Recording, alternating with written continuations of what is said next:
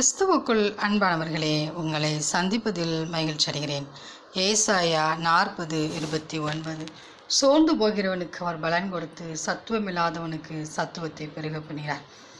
பிரியமானவர்களே, நம் தேவனாகிய கர்த்தர் சோர்ந்து போகிற ஒவ்வொருவருக்கும் அவர் பலன் கொடுத்து சத்துவமில்லாதவர்களுடைய சத்துவத்தை அவர் பெருக பண்ணுகிறார்.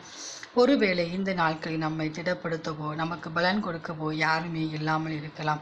நமக்கு முன்பாக நம் தேவனாகிய கர்த்தர் அவருடைய அடிச்சுவடுகளை வைத்து சென்றிருக்கிறார். எனவே சோர்ந்து போகிறவனுக்கு பலன் கொடுக்கிற நம் தேவனாகிய கர்த்தரை எல்லா சூழ்நிலையும் நாம் நோக்கி பார்ப்போம். அப்பொழுது நம் தேவனாகிய கர்த்தர் நமக்கு சரியான நேரத்தில் நமக்கு பலன் கொடுத்து சத்துவமில்லாத காரியத்தில் சத்துவத்தை கொடுத்து நம்மை திடப்படுத்துகிறார்.